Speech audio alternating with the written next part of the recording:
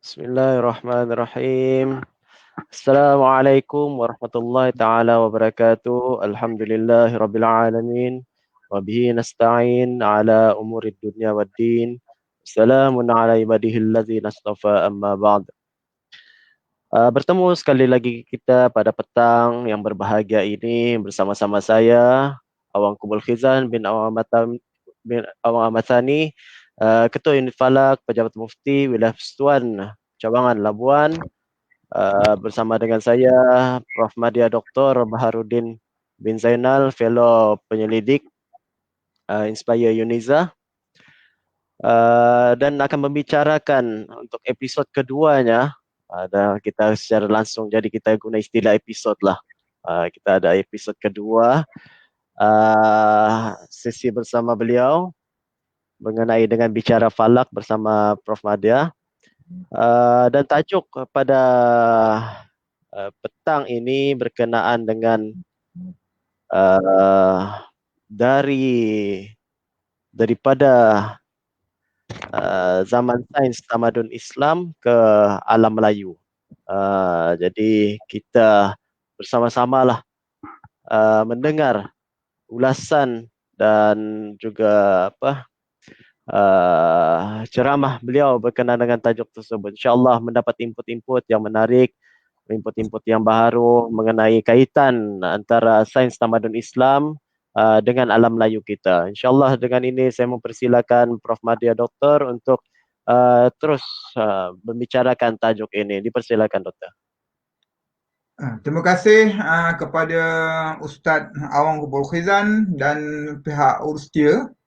Walaupun hari ini di Labuan bekerja daripada rumah, tapi saya rasa semuanya tertumpu kepada proses supaya webinar ini berjalan dengan lancarnya.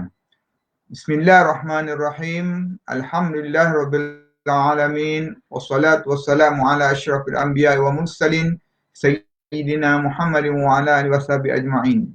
Allahumma inna nas'aluka ma'aqdi nuzim arshik wa muntahar rahmati min kitabik wa bismika na'zam wa wajhika ala wa kalimatika tammah. Walaupun apa yang saya perkatakan, kalimat Allah jugalah yang lebih sempurna. Okey, terima kasih kepada Jabatan Mufti yang masih memilih saya untuk meneruskan slot yang kedua ini, dan sebagai lanjutan daripada slot yang pertama, pengenalan ilmu falak, kita akan membincangkan mengenai sejarah. Kita bincangkan mengenai sejarah.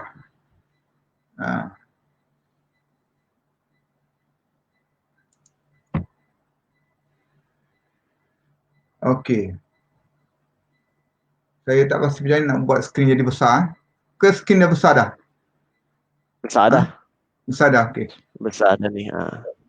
Okey, jadi tajuknya daripada sains tamadun Islam ke alam Melayu.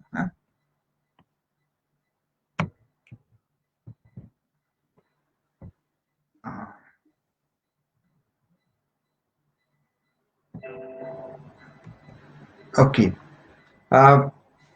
Pengenalan, saya mulakan pengenalan dengan kosong, bukan satu.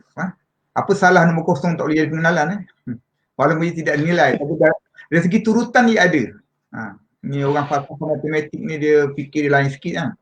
Okey, pertama saya dalam membincangkan sejarah, terutamanya mengenai sejarah Islam, sejarah pencapaian tamadun Islam, sejarah pencapaian tamadun Melayu, kita sering terdedah dengan turmahan daripada pelbagai pihak.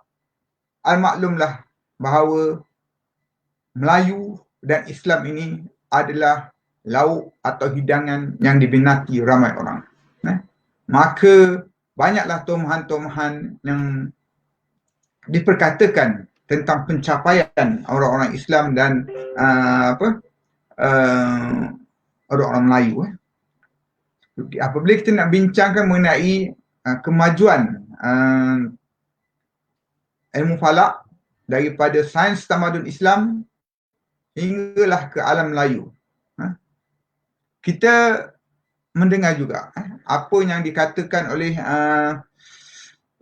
Dreyer. Dreyer ini adalah seorang penulis sejarah lah, penulis matematik tak silap saya. Keras de Vos ni memang matematik. Dia menulis, mengkaji mengenai khazanah Islam, tetapi ia meninggalkan satu komen yang negatif dan melukakan hati kita sebagai orang Islam. Pertama, dia mengatakan bahawa orang-orang Islam meninggalkan astronomi yang sama hebat sebagaimana mereka temui dahulu. Begitu lunak kata-katanya, menunjukkan bahawa orang Islam terima daripada Yunani, mereka menggunakannya tanpa ada apa-apa kemajuan, tanpa ada apa-apa inovasi, dan kemudian muncul pula sains Eropah. Itu maksudnya. Itu maksudnya apa yang Dreyer kata. Kemudian Keras de Vos ni orang Belanda kot. Banyak buku-bukunya saya baca dalam Point Sexton punya koleksi. Ni buku ni dia menulis mengenai matematik atau trigonometri in Islam. Tak silap saya lah buku ni. Macam mana Dr. Bahar boleh dapat buku tahun 1906-1931? Saya bagi tahu dalam koleksi Point Sexton, Institute of Arabic Mathematics Astronomy yang dikeluarkan oleh di Jerman, di Frankfurt, Jerman, berpuluh-puluh jilid menulis penjelitan semula mengenai astronomi, matematik, pengurusan pemetaan geografi tamadun Islam. Jadi alhamdulillah masa saya membuat PhD saya banyak rujuk. Jadi dalam koleksi ni dia ada bahasa Inggeris, dia ada bahasa Arab, bahasa Melayu tak ada lah. Bahasa Jerman, bahasa Belanda. Jadi kalau kita jumpa satu naskah Arab dan kita mendapati ada masalah untuk kita memahaminya, kita rujuk kepada naskah Inggeris. Walaupun itu tidak, setengah-setengah pengkaji mengatakan itu ada kelemahan dan sebagainya lah. Dia menyindir kita dengan mengatakan bahawa matematik Islam termasuk astronomi dan sebagainya hanya pada peringkat sekolah menengah, tetapi baik.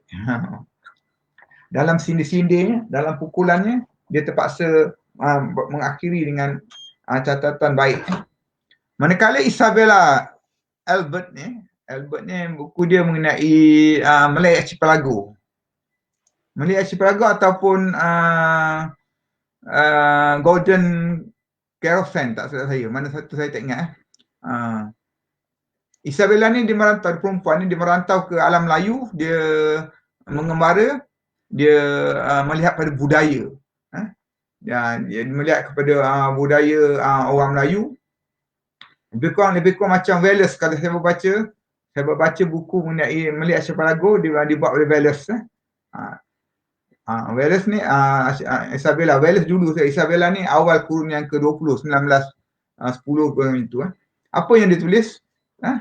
Dia punya sindirannya terhadap sains Melayu, mereka tidak tahu apa-apa mengenai astronomi, mengenai sains lah, kecuali sedikit idea yang mereka dapat daripada Arab. Begitulah sindiran mereka. Okey. Dan sebelum kita meneruskan perbincangan, kita kena bezakan antara sejarah dan sejarah sains. Dua perkara berbeza. Guru sejarah sains. Okey, kita akan lihat nanti. Okey. Pencapaian ilmu falak, sains tamadun Islam, diletakkan pada kedudukan yang tinggi oleh orientalis juga. Oleh seorang pengkaji bekas tentera yang menjadi tentera upahan, orang Amerika tetapi belajar bekerja under bawah kerajaan United Kingdom ke Iran. Bila sampai ke Iran, David King ni guru matematik lah, tapi jadi askar. Mungkin peluang nak mengembara dan sebagainya lah. Bila berada di Iran, di Iraq, mereka dapat David King ni mendapati bahawa banyak khazanah Islam. Dan apabila tamat perkhidmatannya sebagai askar, dia balik ke Amerika, dia belajar bahasa Arab selama 10 tahun, dan dia datang semula ke Iran untuk melakukan kajian-kajian yang mengenai manuskrip falak, manuskrip matematik dan sebagainya. Jadi David King ni dia banyak mengkaji mengenai matematik Islam. Dan ilmu falak tu termasuk dalam matematik Islam. Tak silap saya ada berpuluh-puluh jilid lah. Dan kebanyakan jilid-jilid ni ada di pusatkan-pusatkan besar. Universiti yang ada menawarkan kursus mengenai sejarah falsafah sains. Universiti yang mempunyai pensyarah yang minat dalam bidang sejarah dan falsafah sains, perpustakaannya akan diminta untuk mendapatkan buku-buku David King. Seangkatan lah dengan Kennedy, Saliba, tapi saya rasa yang paling hebat adalah David King lah. Kejujuran yang dikatakan apa dalam buku pengenalan beliau ni, iaitu tidak terdapat mana-mana agama dalam sejarah manusia kecuali Islam yang meletakkan beberapa aspek ibadat secara kukuh dengan kaedah saintifik. Hasil dia pengamatannya terhadap manuskrip, pengamatannya terhadap instrumen, peralatan dan sebagainya. Dia menyatakan bahawa kesemuanya itu meletakkan Islam sebagai agama yang mengutamakan pendekatan saintifik. Bermula daripada takwim Qamariah, penetapan waktu salat dan penentuan arah kiblat ke Mekah. Sehingga kini umat Islam masih prihatin terhadap bidang sains Islam tradisional ini, yang anggapkan sebagai bidang tradisional, di mana setiap satunya mempunyai sejarah tersendiri kira-kira 1400 tahun yang lampau. Dia merujuk kepada 3 bidang penting sains tamadun Islam yang digali semula berdasarkan himpunan manuskrip yang dia jumpa. Dia kata bahawa takwim Qamariah, waktu salat dan kiblat merupakan 3 aspek. Dan berdasarkan ketiga-tiga aspek itu, dari segi keperluan untuk ibadat, saya berpendapat, King berpendapat. Maksudnya saya tak jumpa King memberi pendapat macam tu, tapi saya rasa King setuju dengan saya. Walaupun masa saya jumpanya di Penang, saya tak sempat berkata apa. Beliau pernah datang ke Penang dalam satu conference kalender dan saya menjadi liaison officernya, mengiringnya daripada airport ke USM sebagainya, tapi tak sempat bertanya lah. Saya tak sempat bertanya mengenai pandangannya tentang adakah aplikasi sains zaman tamadun Islam ni sudah lengkap, sudah muktamad. Tapi saya menyatakan bahawa sudah lengkap. Cerita pasal hitungan kiblat, cerita pasal hitungan waktu solat, cerita pasal mapping, cerita pasal pemetaan langit, pemetaan cakrawala, penggunaan logaritma, semua sudah lengkap semasa 1400 tahun dahulu. Jadi yang berlaku sekarang adalah inovasi. Apabila kita kata bahawa kita mempunyai kaedah lain yang tidak ada semasa zaman tamadun Islam, kita ada kalkulator hitungan waktu kiblat, kita kata kita ada perisian, kita ada carta bintang secara digital, stellarium dan sebagainya. Kita boleh menerbitkan jadual waktu salat dengan input tarikh sahaja, keluarlah jadual waktu salat. Itu semua inovasi. Tapi asasnya, hitungannya telah dibuat, telah lengkap 1400 tahun dahulu. Kemudian saya Hussein Nas, semua orang kenal, ahli falsafah daripada Universiti Temple ni, menegaskan bahawa dia orang Iran tapi kemudian berhijrah ke Amerika, dan antara bukunya ialah Kosmologi Islam, Doktrin Kosmologi Islam, dan buku mengenai Illustrated Study of Islamic Civilization, tak silap saya. Apa yang dikata dalam bukunya itu? Orang Islam mempunyai minat istimewa terhadap mereka cipta peralatan astronomi. Walaupun dalam bukunya tu dia menulis tentang semua peralatan astronomi, perubatan, tapi yang ni dia khusus kepada astronomi. Kata bahawa orang Islam telah mencurahkan segala bakat kesenian mereka. Mengapa dia kata begini? Kerana dalam reka bentuk peralatan, instrumen orang Islam bukan semata-matanya alat, bukan semata-matanya pengukuran sudut, bukan semata-matanya metal atau bahan logam yang digunakan, tetapi ialah nilai estetika yang digabungkan, yang dipamerkan, yang diterap yang diukir pada peralatan-peralatan berkenaan, menjadikan peralatan berkenaan begitu indah. Ia bukan setakat globe yang mengandungi peta, tapi nilai estetika yang ada dalam pada reka bentuk globe berkenaan. Ia bukan setakat suatu paparan takwim, tetapi dengan kata-kata hikmatnya, keterangan ayat Qurannya, dengan khatnya, dengan kata-kata pujangganya, dengan awan laratnya, yang menggambarkan awan darat Islam. Itu adalah seni Islam. Itulah produk Islam. Itu yang dimaksudkan oleh Syed Hussein Nas. Okey. Kita turun sikit daripada perbincangan kita tadi, kita turun sikit kepada untuk apa hayati sejarah ini. Mengapa orang Islam ini bernostalgia? Mengapa Jabatan Mufti masih benarkan orang macam saya bentangkan tajuk-tajuk begini yang tidak ada masa depan? Manusia dah sampai ke bulan. Mengapa kita nak bincang lagi soal sejarah? Okey. Kadang-kadang apabila berlaku satu perbincangan, bila dibawa fakta sejarah, mereka yang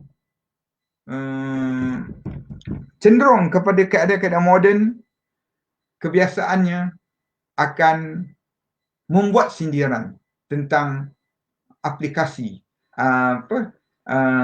peralatan tradisional ini.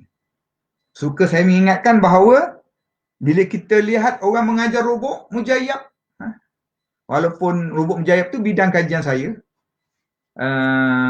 amat jarang saya mengajar kecuali mengikut sistem ataupun kurikulum yang saya tak. Saya robot mujayyab ni atau consignment ni saya lebih suka mengajar dalam bentuk perbandingan. Perbandingan tata kaedah. Perbandingan metodologi. Perbandingan kaedah hitungan. Iaitu di antara kaedah deskriptif dalam robot mujayyab dengan kaedah komputer analog. Dengan kaedah kalkulator dan sebagainya. Melihat dua hubungan itu, melihat dua perbandingan itu. Dengan itu tujuan saya supaya nilai yang ada pada robot mujayyab itu, aspek sainsnya diketahui oleh masyarakat. Bukan setakat kita melakukan hitungan. Tidak ada orang lagi, tidak ada jabatan mufti, tidak ada individu yang menggunakan sukuan sains atau robot mujayyab untuk hitungan waktu solat jabatan. Ia membuang masa. Betul, membuang masa. Tetapi bila kita belajar, bila kita buat kursus, bila kita hayati bagaimana nak buat sukuan sains itu, kita mempelajari sejarah sainsnya. Itu maksud sejarah sains. Kita bukan berkata mengenai siapa yang bina sukuan sains. Kita tak berkatakan mengenai di mana artifak yang dijumpai. Kita berkatakan mengenai nilai sains yang ada pada artifak berkenaan. Itu bezanya. Bezanya antara sejarah sains dengan sejarah. Namun kedua-duanya berkaitan. Kita tidak boleh pergi terus kepada sejarah sains kalau kita tidak dibantu oleh sejarah. Sejarah dengan bantuan ahli-ahli arkeologi, ahli-ahli antropologi, arkeologi dia mengkaji mengenai binaan sebagainya. Antropologi mengkaji mengenai masyarakat. Maka monumen, artifak ini ditemui. Jadi monumen dan artifak yang ditemui, barulah kita boleh mengkaji sejarah sainsnya. Apakah yang mendasari pembinaan piramid? Apakah yang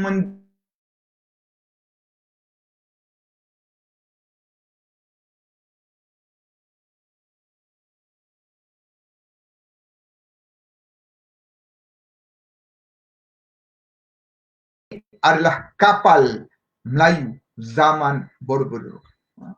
Okay. Bukan setakat siapa yang bina Borobudur, bukan setakat siapa yang jumpa semula Borobudur dan sebagainya, tetapi nilai sainsnya adanya. Dan kita perlu mengambil iktibar padanya. Walau bagaimanapun, soal siapa yang mengkaji sejarah, siapa yang mengkaji sejarah sains, dia kadang-kadang ada berbezanya. Ada paradok di situ. Ada paradok di situ, iaitu kalau dia sebagai seorang latar belakangnya adalah sejarawan, mengkaji dalam konteks budaya, mengkaji dalam konteks kehidupan masyarakat dan sebagainya, ia mungkin akan tinggalkan nilai sains. Justru saya memandang bahawa kajian sejarah, kajian nilai sains, sejarah sains harus dimulai dan diketuai dan diterokai oleh orang sains sendiri. Walau bagaimanapun, mereka perlu berdamping dengan orang-orang sejarah, ahli-ahli antropologi. Saya bagi contohlah. Bagaimana kita katakan bahawa Perpustakaan Negara Malaysia melalui pusat manuskripnya mengandungi sejumlah manuskrip. Itu kerja mereka. Kerja per manuskrip. Mereka telah mengumpulkannya. Maka pengkaji-pengkaji sejarah sains berlari-lari anak pergi mendapatkannya.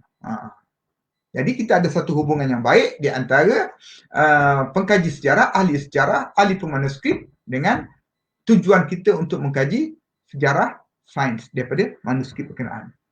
Walau bagaimanapun kalau kita sendiri boleh dapat manuskrip berkenaan, kita sendiri boleh dapat artifak berkenaan dan kita terus mengkajinya, itu adalah lebih baik. Tetapi ini sudah macam agak ketinggalan lah, kerana banyak perjumpaan-perjumpaan telah dibuat oleh rakan-rakan kita dalam bidang sejarah dan bidang antropologi.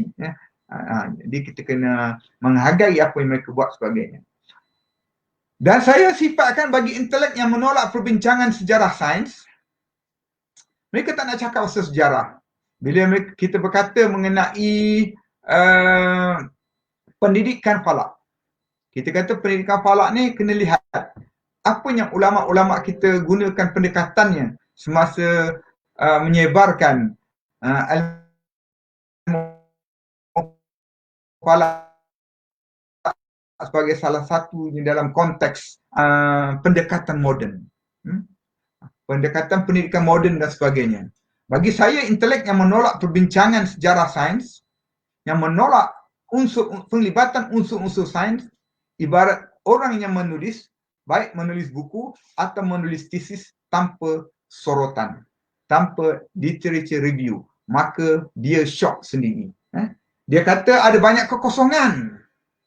Ada banyak kekosongan bagi kajian ini. Walhal kajian itu telah dibuat oleh orang-orang terdahulu. Sama ada peringkat awal, pertengahan dan dia menjadi peringkat yang ketiga. Sepatutnya dia kena membuat literature. Bila kita kata kita nak mengkaji mengenai contoh yang paling mudah lah, kita nak mengkaji mengenai pemetaan langit. Konon-konon kita ni nak menggunakan teknik fotografi, astrofotografi untuk memeta langit. Kita kena ingat peta langit yang pertama dibuat oleh Ptolemy dalam keadaan yang begitu umum dan begitu simple sebagainya. Dan kita juga kena ingat bahawa dalam membuat peta, ada di antara sarjana-sarjana tempatan, dia menerima sahaja apa yang bentuk langit, bentuk buruj yang ada, yang mereka terima daripada Hindu, daripada Islam dan sebagainya. Jadi ini kena baca sebelum mereka merasakan bahawa mereka nak mereka cipta atau membentuk peta langit yang baru. Ini contohlah seperti dikata macam mana bentuknya, macam mana bentuk buruj Orion, mengapa buruj Orion terbalik. Jadi kita kena lihat persepsinya. Tidak boleh kata bahawa kita melakarkan bentuk suatu bintang itu terbalik dan sebagainya. Kita kena lihat dia punya tujuan dan sebagainya. Melalui sejarah kita dapat menjejak khazanah bangsa dan berbangga dengan bukti yang ada. Kita berbangga. Bagaimana Amerika berbangga dengan Amerika?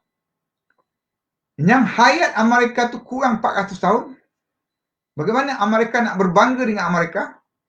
Kerana dia berbangga bahawa dia lari, mereka merupakan sekumpulan pemberontak yang lari daripada Eropah ke Amerika, dapat wilayah baru dan mereka menuntut kemerdekaan. Mereka berbangga. Tetapi nak cari yang lebih lama daripada 400 tahun tak ada. Mereka terpaksa pinjamlah Iskandar Zulkarnain, Alexander the Great dan sebagainya daripada sejarah Eropah. Sebab mereka tidak mempunyai khazanah, mereka tidak dapat berbangga. Jadi kita kata kita ada khazanah.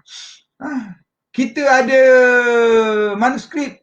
Dalam kes ni banyak kita kata manuskrip lah. Kita ada artifak quadrant.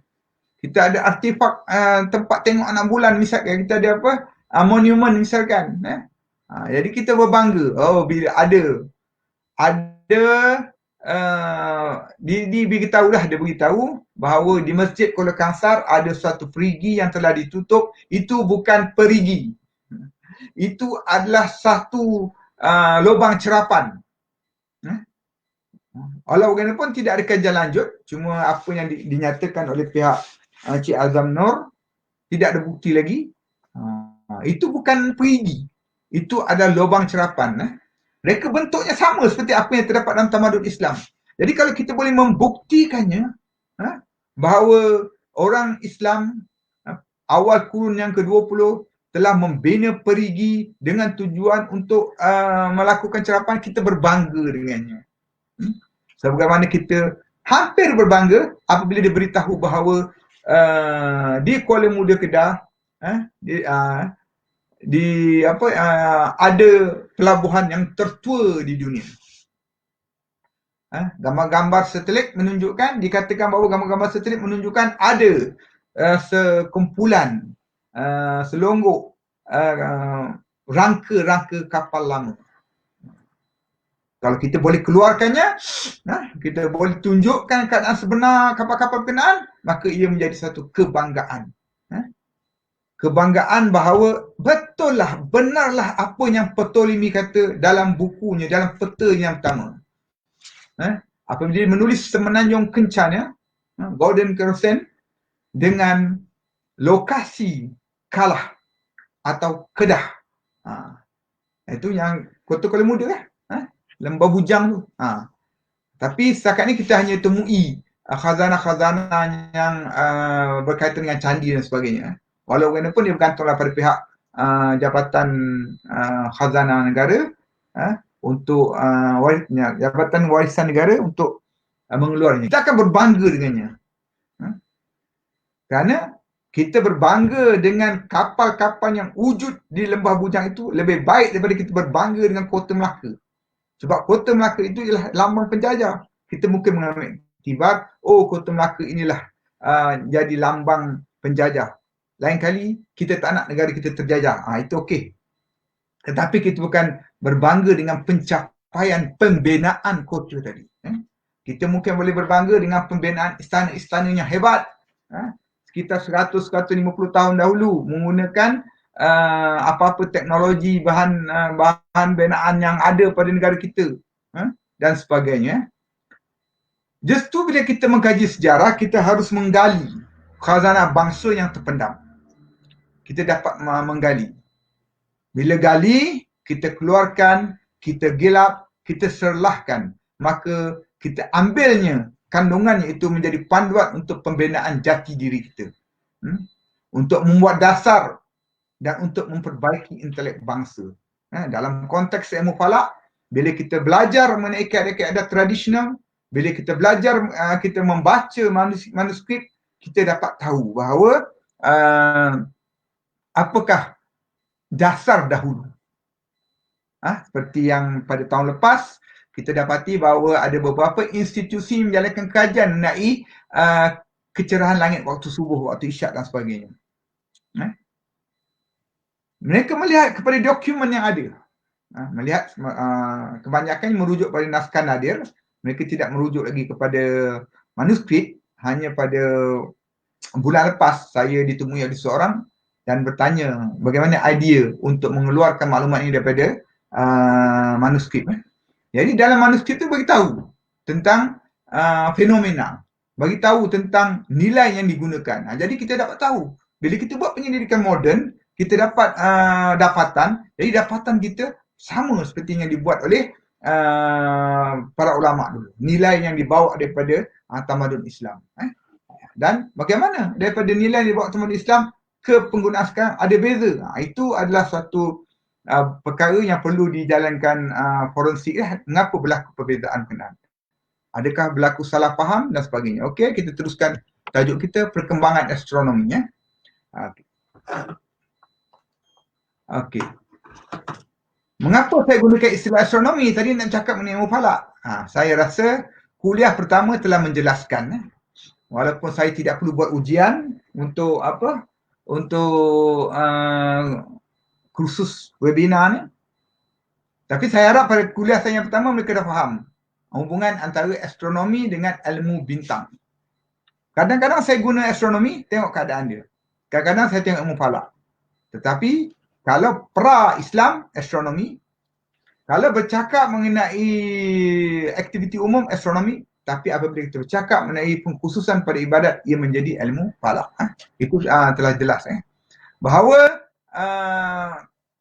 tempat yang asalnya tamadun manusia, tempat bermulanya kehidupan dan mereka mula memerhatikan langit itu ada sekitar di Mesopotamia, ke utara Baghdad, antara Baghdad dan Syria, antara Baghdad dan dan Syam, itu di utaranya itu ada Mesopotamia, Sumerian dan sebagainya. Situlah bermulanya tamadun, kemudian berpindah ke Baghdad, pusat perkembangan sains dan teknologi di Baghdad, di Basra, di Kufah. Pusat perkembangan Islamnya berlaku di Madinah, di Mekah dan sebagainya. Kemudian berpindah ke Kahira, kemudian akhir berpindah ke Spanyol, dan di sebelah timur ia berpindah ke Samarkand. Jundi Shapur itu ialah bahagian di utara Iran, satu bandar purba yang menjadi suatu tempat persinggahan daripada tamadun Yunani, tamadun Greek, nak pergi ke tamadun Islam, mereka berkumpul di Jundi Shapur, iaitu di Iran. Dan lokasi di mana bertapaknya tamadun Sumeria dan Babylon di Mesopotamia merupakan tempat yang sama munculnya tamadun Islam, ke selatan sikit. Babylon dan Mesopotamia ni utara. Tamadun Islam muncul ke selatan sikit, iaitu Baghdad, Kufah, Basra, dan sebagainya. Dan ini dibuktikan. Ini pendekatan sejarah. Bagaimana kamu menyatakan bahawa Baghdad maju kerana berada dekat dengan Mesopotamia. Baghdad maju kerana sarjana Parsi di Junishipur okey. Di Iran tadi tu yang bertapak di situ, mereka orang Parsi, asalnya bukan Islam, tapi bila masuk Islam mereka tukar agama sahaja, tapi aktiviti sains mereka ada di situ, dan mereka berpindah ke ke selatan, iaitu ke Basra, Kufah dan sebagainya, sekitarnya kurun ke-7 ke 8. Saya akan bincangkan ni daripada tamadun Islam, tamadun Islam. Kemudian kita akan pergi ke alam Melayu. Kalau tuan-tuan nak tahu sangat mengenai apa yang berlaku sejarah di alam Melayu, kena sabar sikit lah. Sebab tajuknya ialah daripada sains tamadun Islam kepada alam Melayu. Dan begitu juga dengan apa kita katakan bahawa ada bukti, dari segi persejarahan, bila kamu kata astronomi itu berkembang di Sumeria, di Babylon, ada bukti. Mereka jumpa plat-plat mengenai gerhana, lukisan-lukisan purba dan sebagainya. Dikesan dan dapati bahawa itu adalah maklumat astronomi. Dan dalam tamadun Islam, Islam muncul sekitar tahun 622, 640, 660 Masihi. Dan kalau kita lihat kepada perkembangan ilmu pengetahuan atau permulaan tamadun Islam, ia tak lama. Ia memakan masa kurang daripada 120 tahun. Iaitu pada tahun 772 Masihi, telah berlaku penterjemahan naskah Sin Hind Al-Kabir, naskah mengenai matahari, naskah mengenai jadual matahari, yang digunakan dalam tamadun Hindu. Mereka menggunakan kitab ini untuk mereka buat kalender, takwim Hindu, kerana ia berkaitan dengan budaya dan agama mereka. Tetapi Al-Fazari pada tahun 772 yang Saya tidak dapat pastikan sama ada pergerakan Al-Fazari ini mengikut rombongan peperangan atau beliau mengembara segi ilmuan dan sebagainya. Dan naskah ini telah diterjemahkan ke dalam bahasa Arab menjadi Zik Al-Arfan. Kalau saya lihat kepada perkataan Zik Al-Arfan tu, Zik tu nama Parsi, nama Arabnya jadual, Zik Parsi. Al-Arfan ini ialah nama Sin, nama India. Mereka tak ubah. Lihatlah betapa para sarjana Islam dia ambil bahan, dia melakukan penyelidikan tapi dia tak ubah sumbernya. Jadi Zik Al-Arfan bila orang tengok, orang tahu dah bahawa Arfan ini berasal daripada wilayah Sin, India.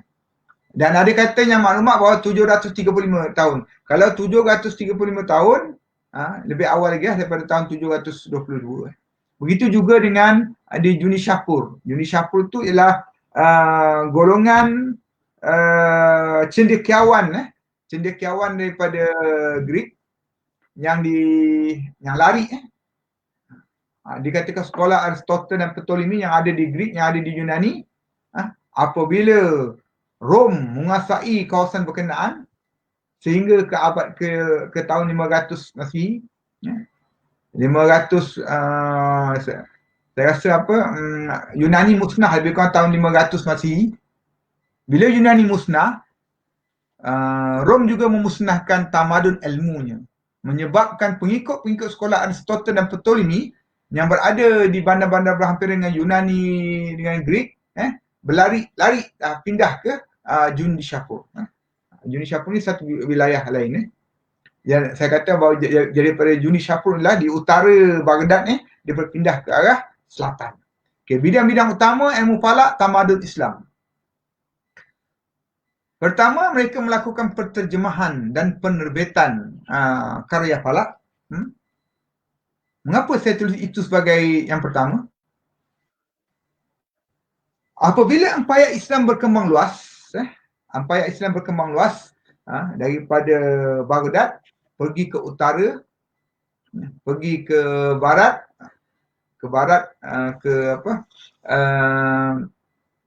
ke timur laut tu adalah lebih kurang Cina dan Hindu. Kemudian ke utara Parsi, Yunani, ke barat Spanyol dan sebagainya. Bila mereka pergi mengembara, mereka pergi berdakwah, mereka pergi berperang dan sebagainya, mereka mendapati banyak khazanah. Dan khazanah ini dibawa balik ke negara-negara Islam yang kita biasa dengar perkataan Baitul Hikmah, di mana Al-Ma'mum membuat Baitul Hikmah. Di sinilah naskah-naskah berkenaan diterjemahkan. Lihat, sumber Yunani, sumber Hindu, sumber Cina, sumber Mesir Purba nak digunakan di negara Islam, maka langkahnya ialah penterjemahan. Siapa yang terjemah? Boleh jadi penduduk asal tamadun-tamadun yang empunya manuskrip tadi, atau sebahagian daripada sarjana Islam mempelajari bahasa Hindu, bahasa Cina, dan Mesir Purba sebagainya. Kita belajar ilmu dan kita terjemah. Dia ada dua peringkat di situ. Pertama untuk pengetahuan, untuk buat buku. Yang kedua untuk disebarkan kepada masyarakat. Kedua untuk disebarkan kepada masyarakat. Jadi dia dua benda yang berlainan. Jadi kalau nak disebarkan kepada masyarakat pun kita kata gunakan bahasa Inggeris, tak tercapai lah. Dia sepatutnya apa yang sebar pada masyarakat itu menggunakan bahasa ibunda. Ini yang dilakukan pada zaman falak tamadun Islam. Peralatan cerapan itu yang dibuat. Kemudian institusi balai cerap, kajian fenomena samawi, kajian kenampakan anak bulan. Ini di antara beberapa aktiviti yang saya senaraikan. Yang kita akan lihat satu persatu. Penterjemahan dalam usaha untuk menafsirkan kandungan Al-Quran dan hadis yang berkaitan dengan alam semesta. berkaitan dengan tuntutan ibadat dan sebagainya, maka mereka menterjemahkan ayat-ayat tadi. Nak padankan hasil sains tamadun lain tu tadi dengan keterangan Al-Quran. Al-Quran mencabar minda mereka. Tamadun lain telah membuat satu finding, satu dapatan dan sebagainya. Okey. Dan telah membuat kajian secara praktik dalam usaha melakukan penterjemahan karya, mereka juga melakukan kajian secara praktik manuskrip berkenaan. Bila kita kata Al-Fazari mengkaji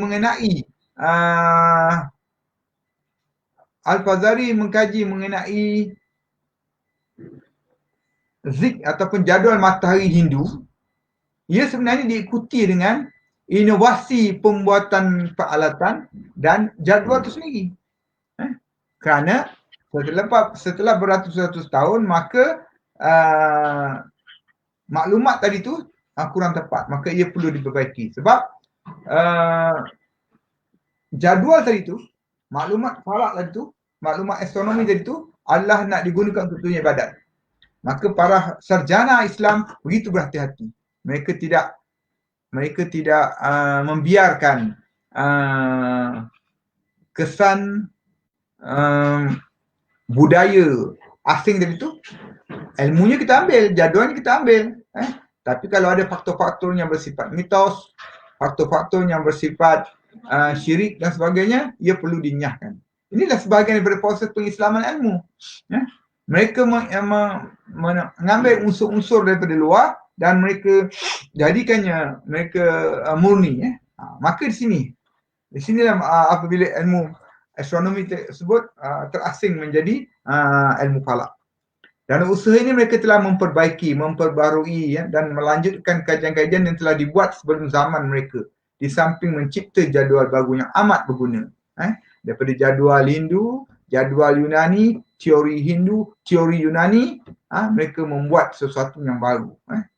Sebab tamadun Islam, sarjana Islam, niatnya melakukan cerapan tersebut untuk memudahkan pengamalan ibadat. Kalau kita ambil terus sumber daripada luar, daripada Yunani, tanpa kita melakukan asimilasi, tanpa kita melakukan apa-apa pembetulan, pembaikian, pembuktian dan sebagainya, dikhawatiri objektif itu tidak tercapai. Kemudian penciptaan peralatan dalam ma'mar sebagainya, peralatan dalam tamadun Islam, peralatannya terkenal kerana ia mengamalkan prinsip geometri dan trigonometri yang tepat, yang baik. Mengandungi nilai set Islam, tadi saya beritahu bahawa nilai estetikanya, dengan bentuknya, ayat Qurannya, awan laratnya dan sebagainya, materialnya, bahan dan sebagainya. Dan yang lebih unik, apa yang dikatakan oleh Syekh Sunnas ialah peralatan tersebut dicipta oleh si pencerap. Peralatan tersebut dicipta oleh si pencerap. Jadi kehendak pencerap tadi nak mencapai objektif cerapan tadi lebih fokus. Bagaimana alat yang diperlukan? Untuk mengukur anak bulan. Nak mengukur anak bulan, kita menggunakan perbezaan sudut dari matahari. Jadi kita cipta satu alat yang boleh set, yang boleh target pada matahari sebagai rujukan, dan kita boleh buka sudut ke arah bulan. Itu inovasi dia. Itu inovasi yang dibuat oleh kerana objektifnya nak mengukur bulan. Okey. Dan instrumen falak ketika zaman pertengahan Islam juga boleh dibahagikan kepada cerapan dan alat hitungan. Alat hitungan matematik lah. Kecuali astrolab yang mempunyai dua fungsi. Sama seperti rubuk mujayyab yang boleh digunakan untuk mengukur dan menghitung. Astrolab, rubuk mujayyab, pertama sebagai alat mengukur, kedua sebagai database, ada maklumat data di situ, dan ketiga adalah untuk melakukan hitungan. Rubuk mujayyab saja, di situ ada maklumat trigonometri, di situ ada maklumat dairatul mail, itu database, boleh digunakan untuk melakukan pengiraan. Letak di sini pindah di kaus, ambil benang dan sebagainya, itu matematik dia operasinya. Dan boleh digunakan untuk mengukur irtifak matahari dan sebagainya. Jadi rubuk menjayam ni akan kita bincang kemudian. Institusi Balai Cerap terkenal sebagai satu produk sains tamadun Islam. Pada zaman Al-Ma'mun terdapat sekurang-kurangnya 4 balai cerap yang aktif, iaitu Kahira, Kaisun,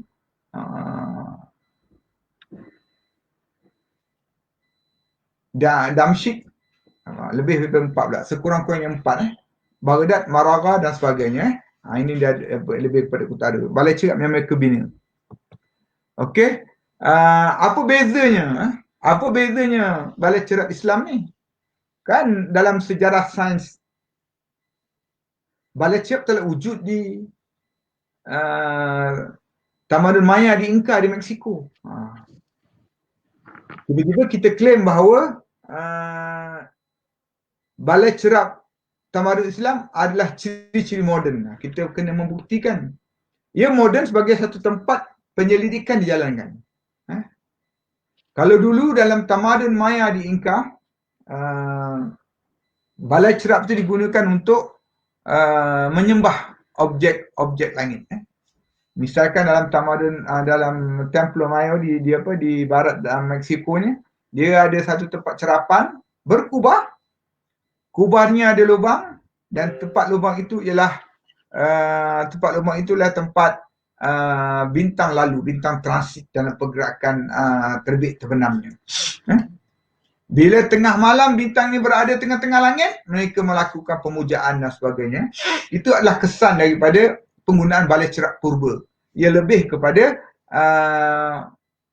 kuil-kuil tempat penyembahan dan sebagainya. Dan dalam tamadun Islam, balai cerap adalah sebagai sebuah institusi penyelidikan. Dan model balai cerap Islam ini digunakan oleh orang-orang Eropah selepasnya, mengubah daripada suatu tempat penyembahan dewa-dewa, objek langit kepada cerapan. Okey.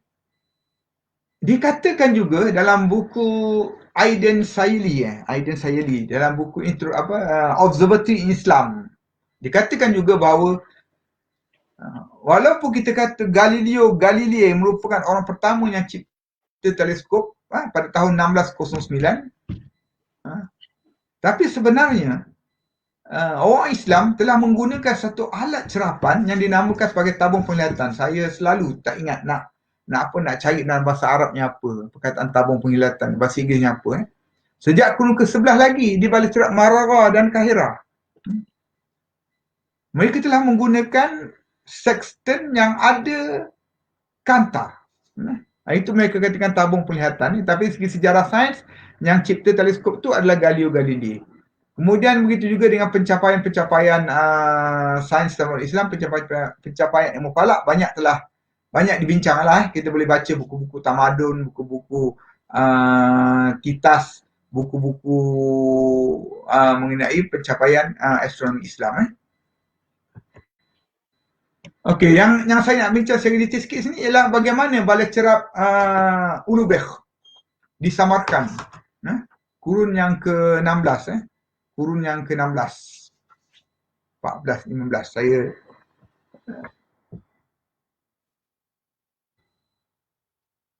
kurun yang ke-15.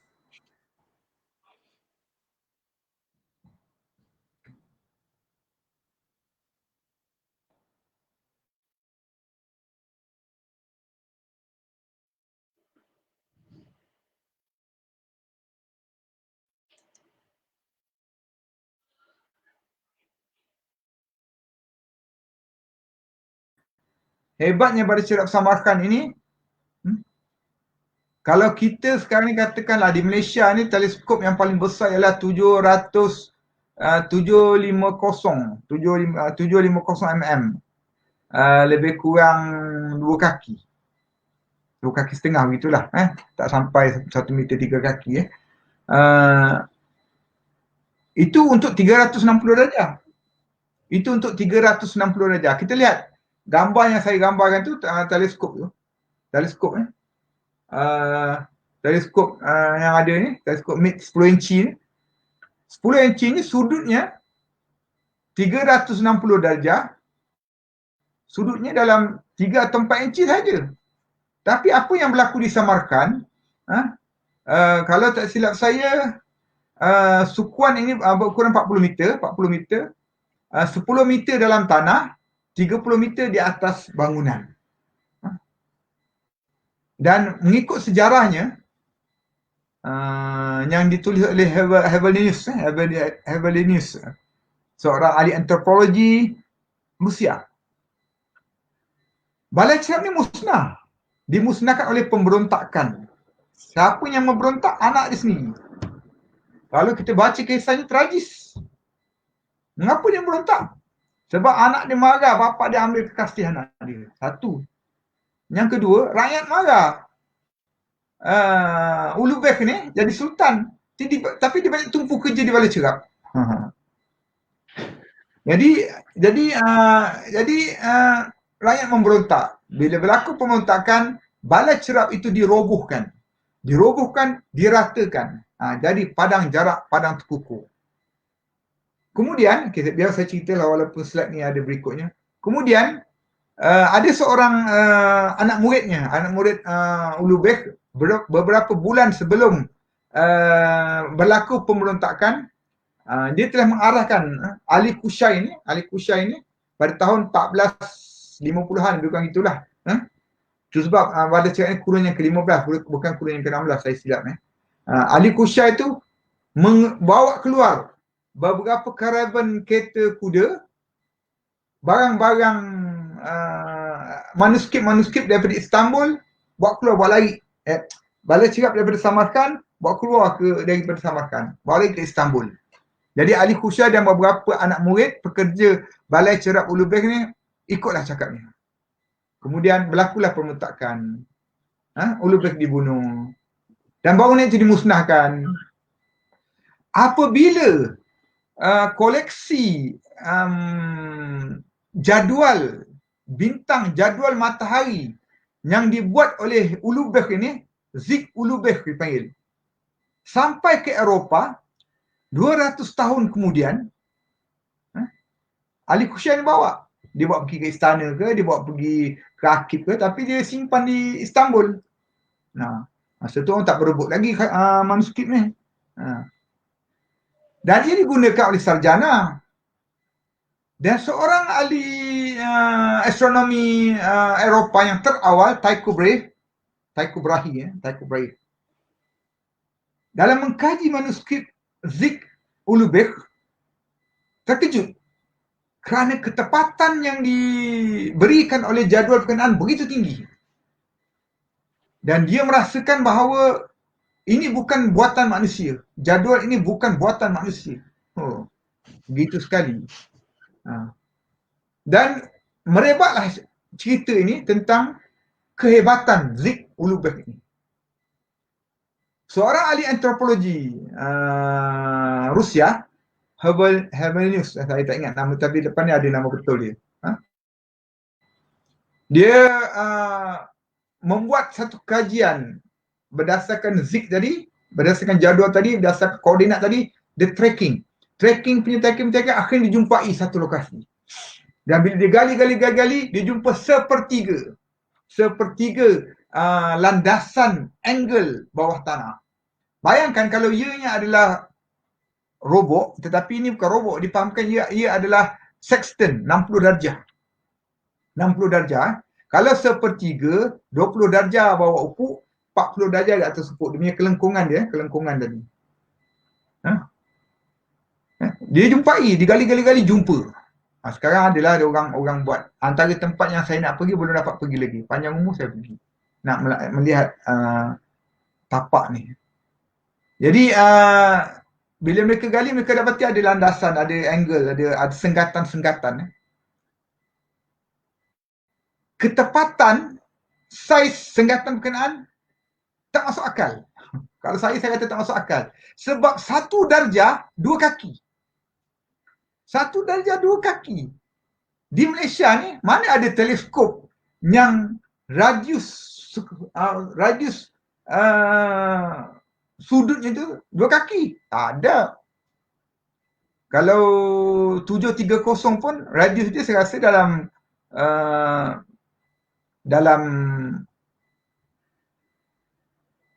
lebih kecil lah. Yang ini 1 darjah 2 kaki. 1 darjah 2 kaki. 1 darjah 70 cm.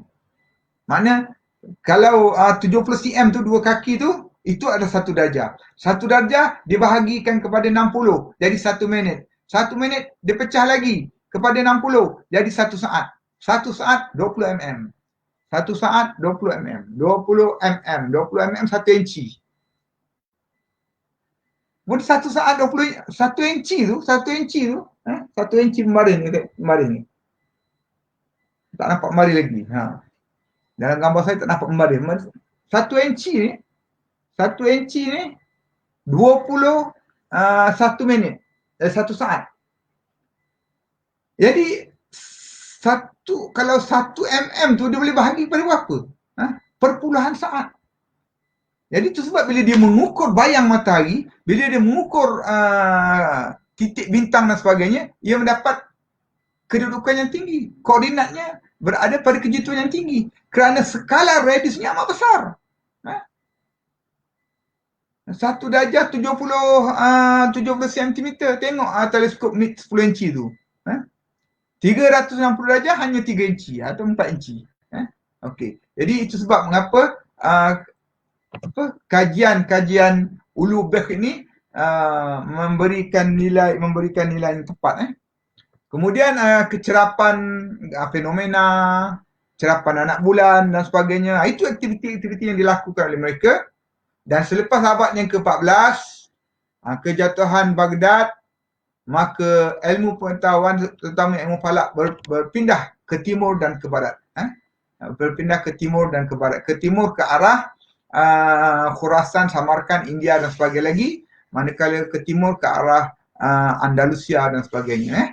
Begitu juga dengan di Andalusia ada perkembangan-perkembangan tentu yang kita kurang bincang lah. Kita banyak bincang bahawa kesannya di Baghdad, kesannya di Madinah, di Mekah, di Kahirah terhadap alam Melayu. Okay, ini apa yang saya katakan tadi bahawa Ali Khushai, Hevelius 1981, seorang ahli antropologi. Apabila dia menjumpai monumen ni, bila dia menjumpai monumen Balai Samarkand ni, dia berwasiat kepada ahli-ahli kumpulannya kalau dia mati, kebumikan dia dalam kompleks berkenaan, kawasan berkenaan. Jadi Hevelius ni seorang ahli antropologi Rusia, dikebumikan dalam kawasan Balai Cerap Samarkand itu, di taman sebagainya lah. Dan Ali Khushai yang bawa sekumpulan muatan ke istana. Jadi kemajuan Eropah pada kurun yang ke-17, boleh tak boleh, mereka nak nafikannya atau tidak, adalah berdasarkan kepada sumber tamadun Islam. Tidak boleh dinafikan. Ketika Eropah berada di zaman ke-8, mereka mengharapkan sumber daripada tamadun Islam.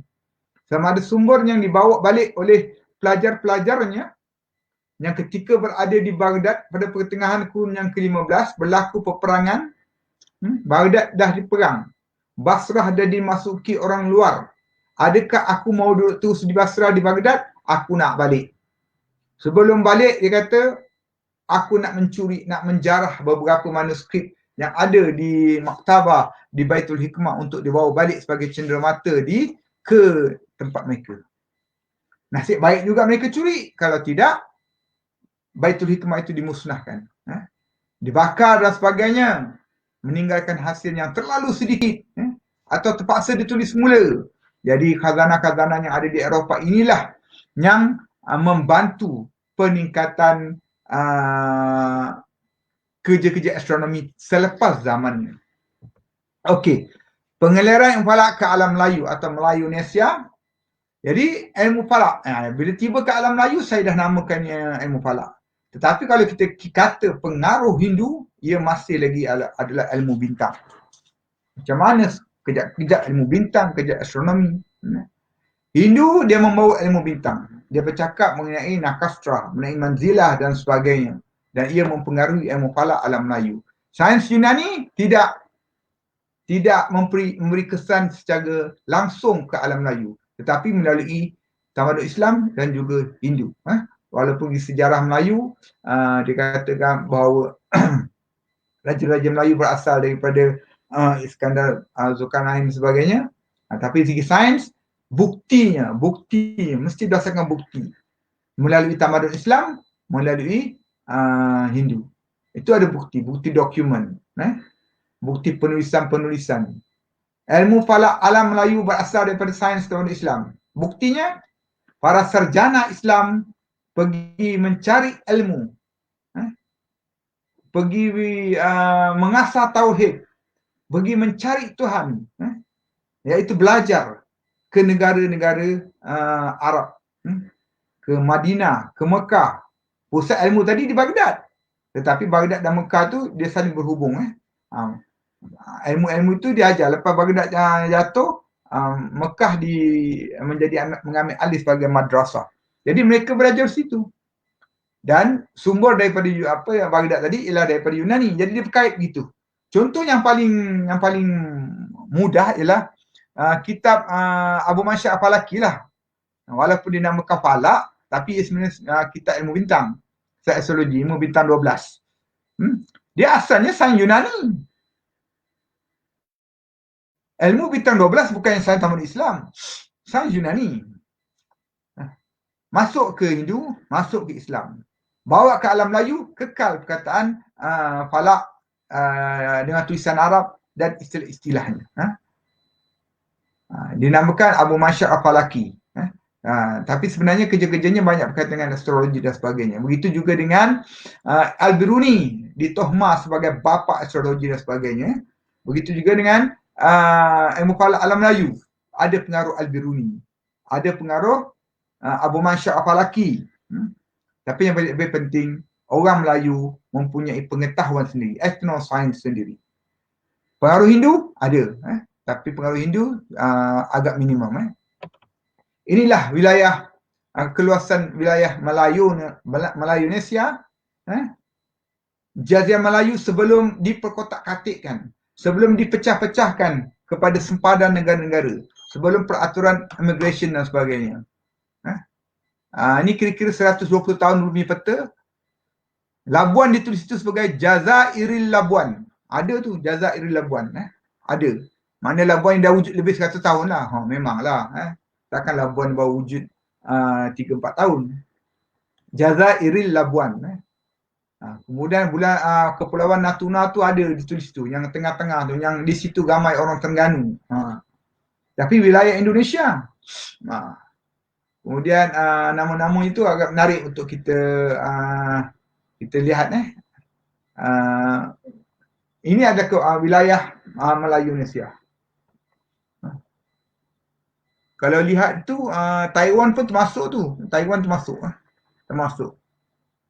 termasuk dalam wilayah Melayunesia. Okey, bidang utama ilmu falak alam Melayu. Baik. Kita bandingkan, saya nak bandingkan saja di antara ilmu falak alam Melayu dengan ilmu falak tamadun Islam. Apa yang orang Melayu buat? Pendidikan masih ada, penyalinan naskah, penterjemahan ada. Penterjemahan apa? Penterjemahan daripada bahasa Arab ke Jawi, penyalinan semula sebab masa tu tak ada mesin photostat, penerbitan jadual untuk penggunaan alam Melayu. Ini bukti, ada bukti. Ada bukti melalui bukti manuskrip dan sebagainya. Pencerapan falak agak minimum, tapi ada. Cerapan gerhana ada. Ada catatannya tu sebab ada hukum solat gerhana. Ada hukum solat gerhana dalam kitab-kitab. Dalam Sabilil Muhtadin, Siratal Mustaqim. Sebab benda tu berlaku. Jadi bila mereka melihat gerhana, mereka melakukan solat. Mengukur matahari untuk waktu. Ini sampai masa ini saya akan tunjukkan, tapi dalam webinar saya mengenai merungkai manuskrip falak, ia telah dijelaskan. Ada jadual-jadual mengenai perubahan-perubahan bayang harian dan boleh digunakan untuk mengukur, menentukan waktu solat. Begitu juga dengan garisan geografi, utara, selatan, timur, barat, titik-titik kardinal dan sebagainya.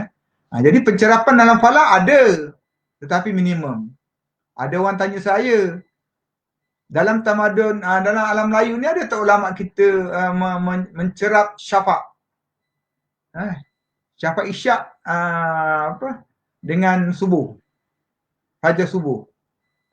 Setakat ni saya tak jumpai lah, tapi penggunaan parameter ada. Penggunaan parameter ada. Okay, kita bandingkan dengan apa yang dibuat dalam tamadun Islam. Okay.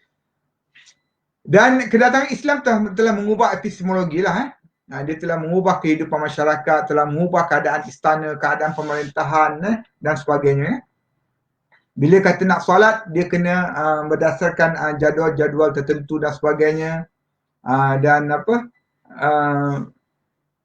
aplikasi falak berkaitan dengan tauhid, ia banyak disentuh dalam kitab-kitab seperti Bustanus Salatin dan sebagainya lah. Walau bagaimanapun di sini pengaruh ilmu bintang masih ada. Pengaruh bintang masih belum boleh dipisahkan dengan ilmu falak. Tetapi secara sistematik ia mula menunjukkan unsur-unsur hitungan, unsur matematik dalam falak. Okey. Yang ni gambar-gambar yang menunjukkan bahawa catatan pengaruh Islam pada batu nisan dan batu bersurat.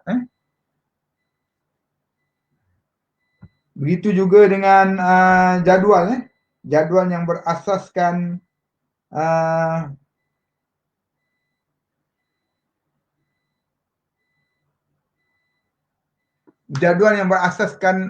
takwim. Takwim berasaskan ramalan dan takwim yang bahasa dia bercampur. So saya kata pada peringkat ni kebanyakannya dia masih bercampur, ilmu falak dengan ilmu bintang. Sebab ia digunakan dalam kehidupan. Cuma dalam kita nak mengkaji, kita kena asingkan. Okey, ini turutan ulama. Okey, apa yang saya nak bagi tahu adalah semua ulama ni ada alumni Mekah. Semua ulama ini sama ada jujukan Jawi Betawi ke, Jawa Betawi ke, ulama Melayu ke, Riau Minangkabau ke, Fatani ke, mereka dapat ilmu tu dari Mekah. Mereka dapat ilmu tu dari Mekah. Kalau kita lihat dua tokoh yang utama dalam ilmu falak alam Melayu, menjadi penghubung di antara tamadun Islam ke alam Melayu. Bapa atau guru falak ialah Syekh Ahmad Al-Fatani dan Syekh Ahmad bin Abdul Latif Al-Minangkabawi, Syekh Ahmad Khatib. Jadi kebanyakan guru-guru pada awal kurun yang ke-20 berguru dengan mereka. Dan daripada mereka ini, daripada Syekh Ahmad Al-Fatani, Syekh Ahmad Al-Khatib ni adalah nama guru-gurunya di Mekah. Ada dinyatakan tapi saya tak tulis. Cuma saya bagi tahu bahawa dalam penulisan-penulisan Syekh Ahmad dan Ahmad Al-Fatani dan Ahmad Al-Khatib memang dinyatakan mengenai buku atau kitab falak yang digunakan. Seterusnya, aplikasi falak dalam sastra Melayu. Dia sastra Melayu ni, kalau mengikutkan pengkaji budaya Melayu, R.O. Winstead tu dia bahagi kepada macam-macam jenis sastra lah. Jadi kita pun terikut-ikut. Kalau macam Sulatus Salatin ni sastra epik lah. Epik, benda yang besar. Hikayat Hang Tuah, epik. Hikayat Raja Basai. Kemudian ada benda-benda yang epik, benda-benda yang sastra kitab dan sebagainya. Jadi dalam Sulatus Salatin ni ada menunjukkan penggunaan ilmu falak. Pertama, solat menghadap kiblat. Yang kedua, bulanannya menggunakan anak bulan. Itu berdasarkan kepada cerita dalam naskah Sulatus Salatin, naskah Snok. Tak jauh beza dengan naskah Raffle. Muka surat dia ada berbeza sikit lah saya ingat. Satu dua muka surat. Bagaimana seorang gubernur, wakil sultan dihukum kerana tidak menghadap raja pada hal anak bulan telah kelihatan. Jadi kita mengetahui sosio budaya ketika itu bahawa orang Melayu zaman Kesultanan Melayu Melaka sekitar tahun 1400 telah menggunakan kaedah anak bulan untuk penentuan awal bulan dan sebagainya. Kisah dia kena bunuh, kisah dia marah tak dapat anak bendahara dan sebagainya, kita tak percaralah. Okey. Begitu juga ilmu falak dalam sastra kitab, dalam sulatus salat, dalam siratul mustaqim sabilil muhtadin. Nah, tapi sastra kitab ni dia berasal daripada tamadun Islam. Dia berasal daripada tamadun Islam. Macam suratul mustaqim ni, ada banyak kitab-kitab di tamadun Islam di Arab menggunakan nama yang hampir sama. Manakala Sabilil Muhtadin, kitab alam Melayu yang dibuat semata-mata untuk memberi penjelasan terhadap Siratul Mustaqim. Dalam kitab Siratul Mustaqim ada dia beritahu tentang masalah syafa', tapi dia tak beritahu angle-nya. Tak beritahu tentang tu dengan darjah sebagainya, cuma dia beritahu sifat. Pengkaji sekarang dia nak tahu Fajar Kazib, Fajar Sadiq itu berapa darjah. Tetapi dalam kitab yang ditemui, dia memberitahu sifat. Walau bagaimanapun saya ada bincang dengan seorang pengkaji bagaimana nak terbitkan ini daripada jadual-jadual waktu solat, berapa kuantitinya, subuh dan sebagainya. Okey, ini tongkat istiwa. Tongkat istiwa, kaedah yang terdapat pada kitab lah. Saya cepat sikit. Okey. Senarai pungutan atau manuskrip yang berkaitan dengan falak, tidak bercampur dengan ilmu bintang 12 dan sebagainya. Kemudian dalam manuskrip ni jelas mengenai penggunaan ilmu falak berkaitan takwim, berkaitan dengan susunan takwim berasaskan huruf 8 huruf dan sebagainya. Dan bagaimana kita klaim bahawa manuskrip ini ialah manuskrip Melayu Indonesia, manuskrip alam Melayu, kerana terdapat sumber daripada Banjar, daripada Sulawesi, daripada Riau dan sebagainya. Terkumpul di pusat manuskrip Melayu berdasarkan jualan ataupun naskah-naskah itu telah merantau sebelum daripada zaman moden ni. Kemudian sukuan sains, yang ini saya nak tegaskan bahawa kitab Al-Jauharun Nakiyah, kitab Al-Jauharun Nakiyah, sebab slide belum keluar lagi dekat sana tu. Kitab Al-Jauharun Nakiyah merupakan kitab yang ditulis oleh Sibti Al-Maridini sekitar akhir kurun yang ke-15. Kurun yang ke-15. Dan disalin semula oleh Syekh Ahmad Al-Khatib dan Syekh Ahmad Al-Fatani. Syekh Ahmad Al-Khatib dia catat dalam Al-Jauharun Nakiyah. Itu naskah nadir yang diterbitkan oleh Khazanah Fataniyah. Manakala naskah manuskripnya sebagaimana yang menjadi koleksi Syekh Ahmad Al-Khatib. Jadi itu menjadi penghubung di antara Sibti Al-Maridini kurun yang ke-15 ke alam Melayu. Jadi manuskrip ni merupakan contoh yang paling ideal, yang paling rare, paling tua hubungan di antara tamadun Islam ke alam Melayu. Okey, kegunaan rubuk mujayab, itu kita cerita dalam slot yang lain, cuma kita nak bagi tahu bahawa mengapa rubuk mujayab ni popular, sebab ia boleh digunakan dalam hitungan waktu salat, ia boleh digunakan dalam ikhtiar hidup dan sebagainya. Okey.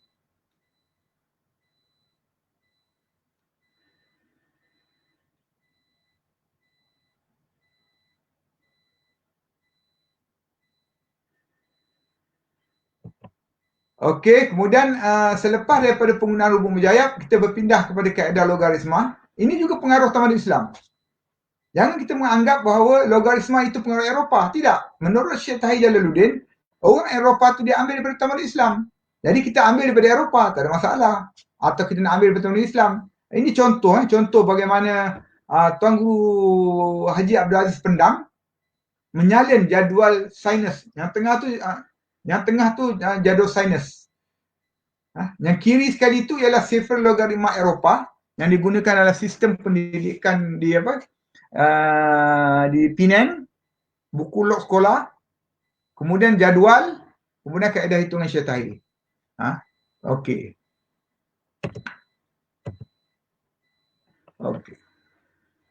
Kemudian saya juga nak bincangkan tentang hubungan di antara naskah-naskah utama alam Melayu dengan sumber rujukan daripada tamadun Islam. Itu saya nyatakan sajalah. Kalau siapa yang nak buat kajian lanjut sebagainya, bagaimanakah pengaruh tazkirah fi ilmi ahya oleh Nasiruddin Atus terhadap alam Melayu, dia kena kaji manuskrip tazkirah.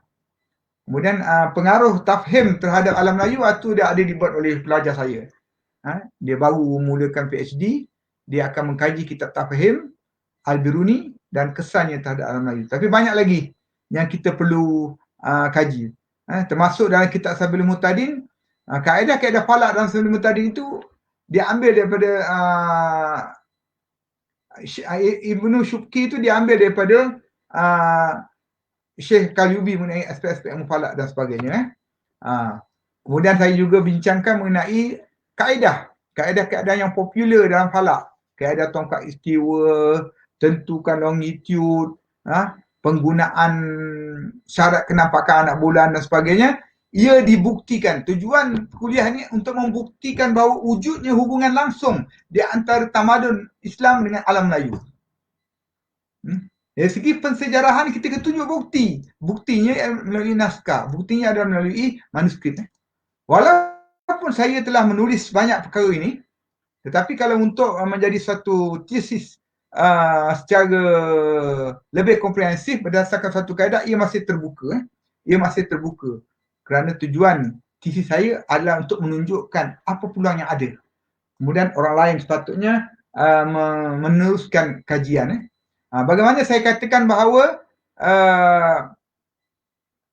peristiwa-istiwa azam itu yang setahun ada 2 kali itu adalah kaedah yang terdapat dalam kitab Al-Biruni, dalam kitab Tazkirah fi Ilmi Ahlaya dan sebagainya.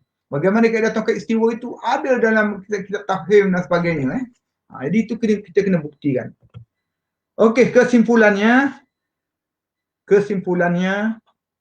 skop ilmu falak sains tamadun Islam sama dengan skop di alam Melayu. Mengapa sama? Sumbernya sama, Al-Quran.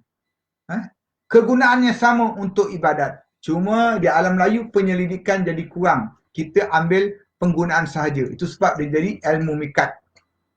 Okey, pengalirannya berlaku secara pendidikan. Ada 2 aspek. Para ulama kita pergi ke Mekah belajar. Para pelajar kita pergi belajar dengan ulama Melayu di Mekah dan balik mereka jadi guru, atau di alam Melayu sendiri, di pondok-pondok, di pesantren-pesantren mereka mengajar ilmu falak. Maka tersebarlah ilmu falak sebagai sebahagian daripada ilmu agama. Kemudian penyalinan, saya tunjukkan bukti bahawa penyalinan manuskrip itu berlaku, dan secara beransur-ansur penggunaan ilmu bintang itu sudah diketepikan. Dan bila kita belajar sejarah, kita dapati bahawa beberapa kaedah tradisional ini masih boleh digunakan untuk menjadi asas pada pendidikan falak.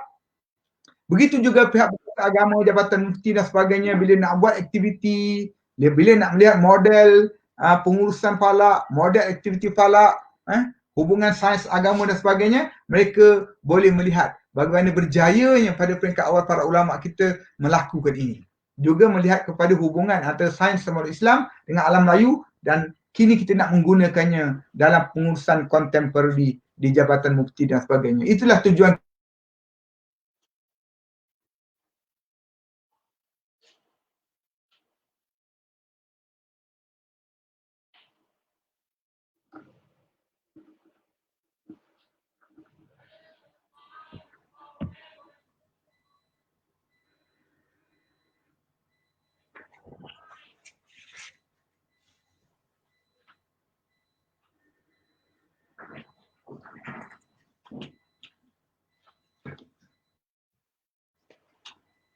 Okey, terima kasih kepada Prof. Madya Dr. Baharudin Zainal atas kupasan berkenaan dengan tajuk daripada zaman tamadun Islam ke alam Melayu. Begitu menarik kupasan-kupasan mengenai sejarah bagaimana perpindahan ilmu falak itu terjadinya di alam Melayu, wujudnya ilmu falak itu. Dan di sini tiada soalan daripada uh, sahabat-sahabat webinar, tapi saya ada dua soalan di sini dengan Doktor. Ya. Satunya soalan berkenaan dengan tarikh Hari Kemerdekaan Malaysia yang ditetapkan pada 31 Ogos. Tiap tahun kita meraihkan hari kemerdekaan tersebut yang dikatakan telah pun dipilih tarikh tersebut oleh seorang tuan guru di Malaysia, tuan guru yang dinamakan sebagai Sheikh Abdullah Fahim. Jadi adakah sepanjang Doktor mengkaji manuskrip ni berkenaan dengan falak, adakah ada catatan naskah nadir berkenaan dengan sejarah tersebut? Okey. Saya rasa dalam webinar saya mengenai manuskrip Melayu ada orang tanya dah soalan hampir sama. Sebenarnya kita kena ikut tata kaedah sejarah sains. Bila kita nak memperkatakan sesuatu, sebenarnya saya tidak melihat lagi satu catatan yang merupakan petikan daripada kata-kata Syekh Tahir yang memperkatakan tentang sebab dia memilih tarikh berkenaan. Apa yang ada adalah andaian pihak yang ketiga. Orang yang ketiga mengandaikannya. Dan kita harus juga ingat bahawa dalam dunia ada banyak negara juga yang meraihkan kemerdekaannya pada bulan Ogos. Dan kalau kita kata bahawa para ulama itu menggunakan ilmu firasat, ilmu bintang dan sebagainya. Kalau dia nampak keadaannya, maka tidaklah wajar bagi generasi berikutnya kita meneka-neka, sebab ia akan meletakkan satu persepsi yang negatif pada ulama berkenaan. Secara jelas, ilmu firasat tu sepatutnya ilmu firasat tu adalah untuk pengecaman rupa manusia. Dia tidak berkaitan dengan ramalan. Yang tu ramalan lah, bukan firasat sebenarnya. Yang tarikh tu ramalan. Saya mencabarlah pihak yang selama ini mempertahankan bahawa tarikh kemerdekaan itu mengikut ilmu bintang. Cuba diselidik betul-betul daripada awal tahun Hijri. Sebab kalau ilmu bintang ni, dia perlu bermula dengan awal Muharramnya. Awal Muharramnya jatuh hari apa? Dan jatuh hari apa tu apa petunjuk bagi tahun berkenaan. Kemudian baru dia melakukan pengiraan seterusnya. Jadi bagi saya ia adalah satu andaian-andaian yang tak perlulah kita perkukuhkan. Yang ini apa yang berlaku setiap tahun ia diperkukuhkan tanpa bukti.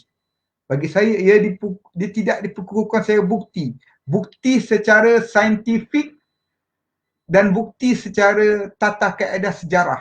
Tata kaedah sejarah dia mesti ada catatan daripada Abdullah Fahim. Yang saya tahu bagaimana tarikh berkenaan dikatakanlah disampaikan oleh pihak ketiga, dibisik kepada Tuanku Abdul Rahman. Tidak ada bukti apakah bisikan itu berlaku. Satu. Yang kedua, benarkah tarikh itu betul-betul tarikh yang terlalu istimewa? Ingat, selepas merdeka kita mengalami konfrontasi. Selepas itu kita mengalami rusuhan kaum dan banyak lagi peristiwa-peristiwa yang berlaku selepas dari kemerdekaan. Itu perkara biasa bagi sebuah negara. Walaupun ianya lebih baik. Tapi adakah itu kerana kita telah memilih 31 Ogos? Kalau kita pilih tarikh lain, Malaysia ni sudah terbenam ke laut, ke Selat Melaka agaknya. Jadi benda ni kena hati-hatilah. Kena hati-hati. Saya tidak mahu melukakan hati orang-orang yang mengkaji ni. Tapi saya nak dapati bahawa trend sekarang ni, banyak yang firasat, banyak yang ilmu ramalan nak diketengahkan menjadi ilmu yang pasti. Ingatlah, ilmu ramalan itu bukan ilmu yang terpuji, ia terkeluar. Jadi janganlah diperpanjangkan. Kalau kita setakat cerita mengenai 31 Ogos itu ada buruj dan sebagainya, ingat, buruj itu bukan datang 31 Ogos terus pergi. Dia bukan macam selarem. Kau enter dia ada, kau delete dia balik. Tidak. Dia buruj tu ada untuk beberapa bulan. Sebulan sebelum, sebulan selepas. Dia tidak menggambarkan. Jadi kalau ada sebulan sebelum, sebulan selepas, mengapa jadi 31 Ogos? Mengapa tak ambil mana-mana tarikh pada berkenaan? Kalau katalah buruj itu menggambarkan buruj yang menunjukkan kemeriahan tarikh berkenaan. Jadi saya rasa saya minta maaf lah bagi rakan-rakan yang fokus pada kajian ni. Tapi saya memang mempunyai pandangan yang sedemikian. Okey. Okey, soalan yang kedua, Doktor, berkenaan dengan tadi saya nampak dalam slide Doktor ada fungsinya sultan-sultan daripada Ulugh Beg tu, contohnya Ulugh Beg adanya fungsi balai cerap tu, maknanya astronomi tu berjalan dengan lancar di zaman kesultanan tersebut. Jadi ketika zaman Kesultanan Melayu dulu, adakah yang sultan ataupun ahli falak dia yang dilantik dalam istana tersebut? Dan apa peranan dia? Macam kita tengok wayang Piramli kan, Pak Belalang, itu nujum lah. Tapi bahagian falak dia macam mana? Adakah dia punya pegawai yang in charge tu? Okey. Sebagaimana yang telah saya bincangkan dalam beberapa perbincangan webinar kita, salah satu daripada aspek penting perkembangan atau kemajuan ilmu falak ialah selepas dari kejatuhan Baghdad, kemajuan ilmu falak itu menjadi merudum. Dia tidak merata tapi menjadi merudum, dan kemudian apa yang dibawa ke alam Melayu dan sebahagian daripada ke timur, ke barat dan sebagainya adalah aplikasinya sahaja, iaitu ilmu miqat. Apa beza ilmu miqat dengan falak? Ilmu falak dia ada kajian. Ilmu miqat dia tak ada kajian. Dia mengguna sahaja jadual dengan kajian matahari yang minimum. Kajian matahari yang minimum sebagainya. Jadi soalan tadi, ada tak ada? Jadi peranan ini biasanya diambil oleh dalam Khalifah Abbasiyah, dia mempunyai penasihat di kalangan ahli nujum. Dikatakanlah, wallahu alam, saya tak teroka manuskrip tu. Saya baca beberapa tu, dan ada juga buku astrologi in Islam. Dia memang istana diberi nasihat tentang apa yang akan berlaku sebagainya. Dan nasihat tu betul. Hebat tu, nasihat tu betul. Jadi pertanyaan tadi, adakah sultan-sultan di alam Melayu ini mempunyai penasihat yang terdiri daripada ahli nujum ataupun ahli falak? Dia secara tidak langsung macam saya rasa dalam hikayat Raja Pasai ada cerita peranan ahli nujum. Dia di antara inilah dalam Sulatus Salatan, selain daripada apa yang saya beritahu tadi, tidak ada secara langsung. Tapi dalam hikayat Raja Pasai ada. Bila dia nak pergi sambut, nak pergi perang, dia menggunakan perkataan pada hari yang baik dan ketika yang baik.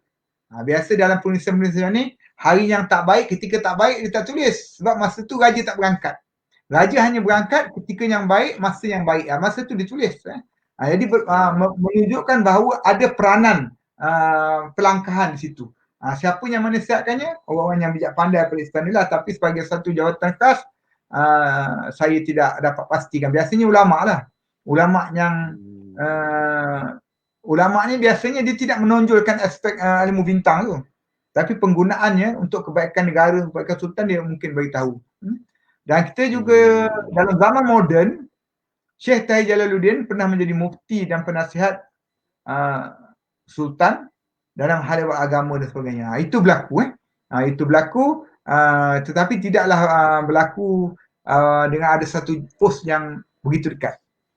Ahli nujum itu mempunyai tempat yang dekat dengan raja. Hampir-hampir sama dengan bendahara misalkan.